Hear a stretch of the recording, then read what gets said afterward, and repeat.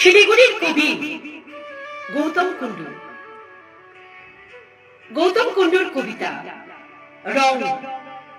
স্মরণ আমি মুনমুন চক্রবর্তী শেখ।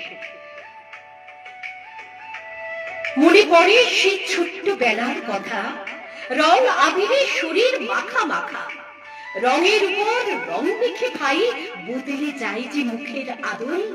ছদ্মবেশী মানুষগুলো মনের সুখে বসন্তেতে বাজায় মাদল।